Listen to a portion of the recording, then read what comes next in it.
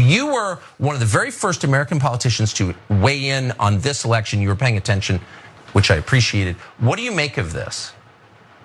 I'm so excited. You know, it's funny. I looked this Italian Ms. Maloney up when I heard about her about a week ago, and I couldn't find any just straight up information on her. Everything was she's a fascist, she's a racist, she's this, she's that, and I thought, wow. So more of that video in a second, but I'm sorry, you looked for information and you got it. Fascist isn't a meaningless word. That's Kari Lake. She's a gubernatorial candidate out in Arizona and former news anchor. That's her on Tucker Carlson, and it gets more unhinged. Let's watch.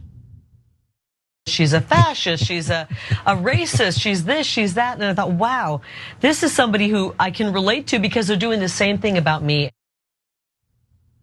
Oh, this Maloney chick's a fascist. She's just like me for real. No, it's amazing what they say, man. I mean, okay, so let's start at the beginning when she says, I looked up this Italian and I thought for sure she was gonna say bird, like Austin Powers. I looked up this Italian bird, Maloney, that they're talking about.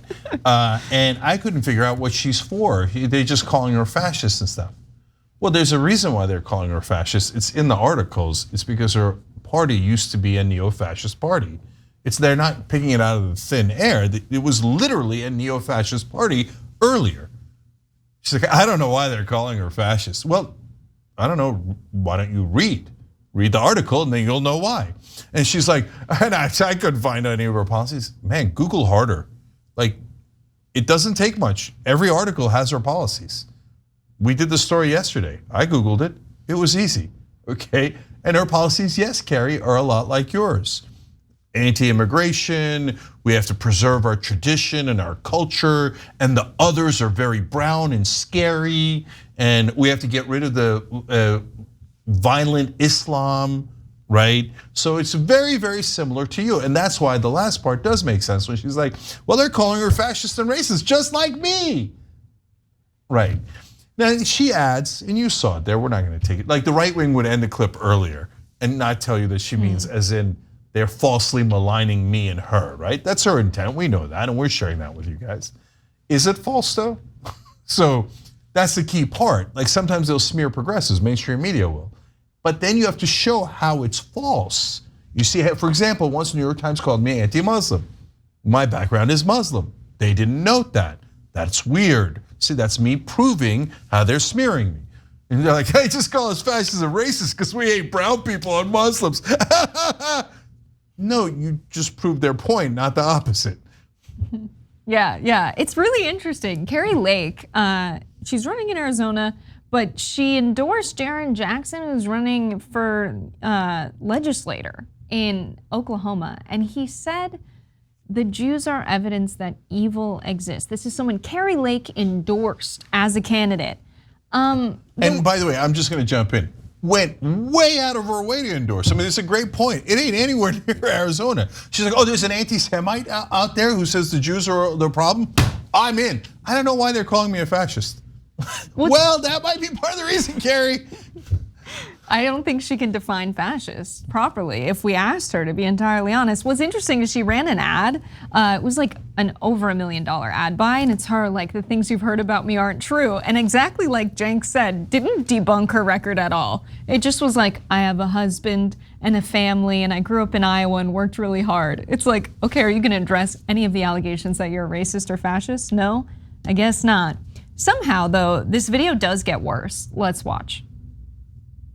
If they're not calling you all of these slurs, if they're not attacking you, then you're probably not truly representing the people of your country. Democracy is one fascism. We figured it out. We've got it. I guess maybe their slogan could be fascism first. Look, if you're not being credibly accused of being a fascist, then obviously you're not trying hard enough. That was the essence of her statement there. Because she assumes the country isn't for everyone. It's not for Mexican Americans, it's not for blacks, it's not for Jews, okay? It's just for people, you know, the right kind of people, and you're not representing them well enough unless you're being accused of being a fascist. So in a sense, she does mean it because she assumes that America should be just white and Christian. And so that's why she thinks you're not trying hard enough. If you're not being accused of being racist because you hate brown people and you want to drive them out of the country, you're not trying hard enough for the real America, white America. And Tucker Carlson, of course, loves it. He's like, oh, bravo, bravo. Yes, being called a fascist is awesome. That's why I went over to Hungary and hung out with Viktor Orban, who is actually teaching a master's class in fascism. And for no goddamn reason, out of all the countries in the world, hey, look at that, Hungary. I happen to stumble upon the one fascist leader. Funny how that works. Things are really bad in Arizona. Like, this is the state where Andy Biggs is from. And Andy Biggs said that the reason his constituents need assault weapons is to address the assault coming over the southern border, people migrating to the United States. That's why people need assault weapons. They really do believe that non-white people are less than people and shouldn't be a part of the society. So it follows that Kari Lake is using this logic that you're not being called a fascist unless you represent the people. And if you're not called a fascist, you certainly don't do that, because the people they are interested in representing are white people. But surely, you know, more moderate women and Democrats are denouncing Maloney, right? Wrong. Look at this tweet from Meghan McCain. She said, "Everyone wants a woman in power until it's a conservative woman in power." Now, she didn't say who this tweet was about, but the timing's pretty damning here. Seems like it was about Maloney. And then we have Hillary Clinton.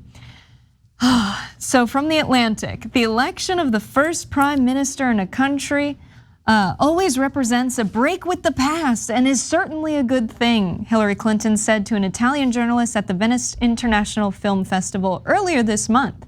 She was speaking of Giorgia Meloni, a member of the Chamber of Deputies, who could make history if the Brothers of Italy party does as well expected in Sunday's elections, or does as well as expected in Sunday's elections. So I'm sorry, Hillary Clinton is saying it's progress if a fascist gets elected so long it is a woman. That makes no sense to me. I'm sorry, women's rights are going to be stripped away when fascists get into power. But the thing is that Hillary Clinton hates socialists much more than she hates fascists. She hates Bernie Sanders a lot more than she hates this fascist, simply because she is a woman. Yeah, to be fair to Hillary Clinton, I don't think we should. No, you'll see. To be fair to her, it was largely her platform here in America. She said, who cares what I'm for? I'm a woman, okay? And her campaign slogans was, I'm with her. Wait, aren't you supposed to be with us? You're supposed to represent us. No, it was self-centered, and it was all about, forget that I took money from the banks and made sure that you couldn't get rid of your student debt on behalf of the banks. Forget all the corruption I ever did. It's okay because I'm a woman. So it's not that surprising that she would then turn around and say, yeah, she's a fascist, but hey, she's a woman. Because that's been her ideology all along. So, and as you can tell here, we're not like right-wing media. We criticize Democrats without blinking an eye. We don't care about Democrats or Republicans. We only care about what's right and wrong.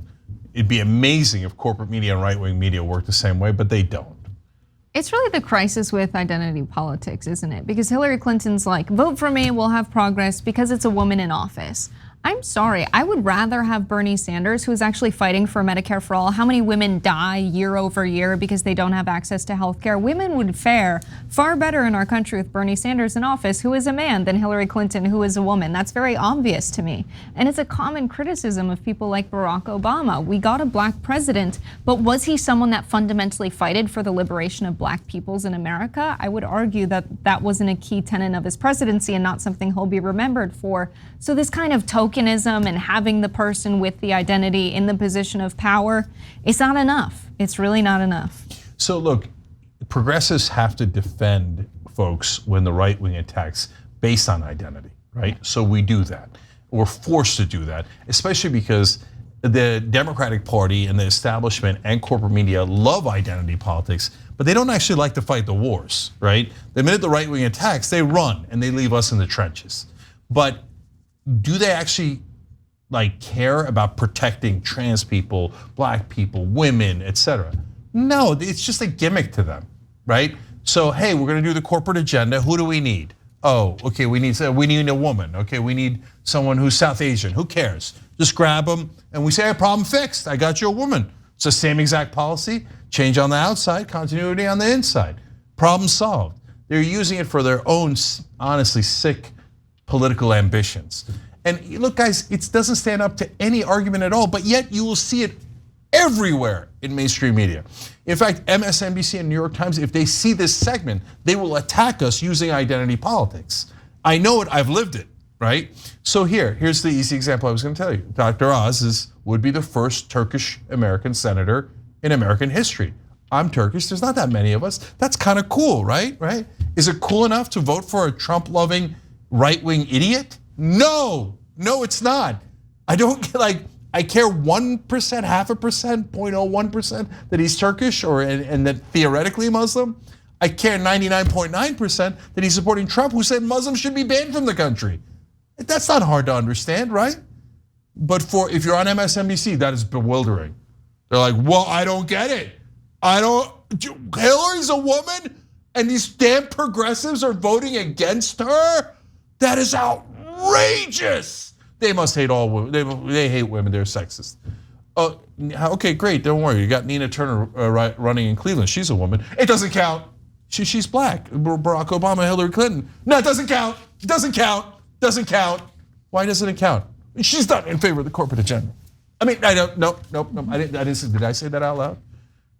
Media in this country is disgusting. Yeah, the Queer Cisneros thing was just awful, absolutely insane. Thanks for watching The Young Turks, really appreciate it. Another way to show support is through YouTube memberships. You'll get to interact with us more. There's live chat emojis, badges. You've got emojis of me, Anna, John, JR, so those are super fun. But you also get playback of our exclusive member-only shows and specials right after they air. So all of that, all you gotta do is click that join button right underneath the video. Thank you.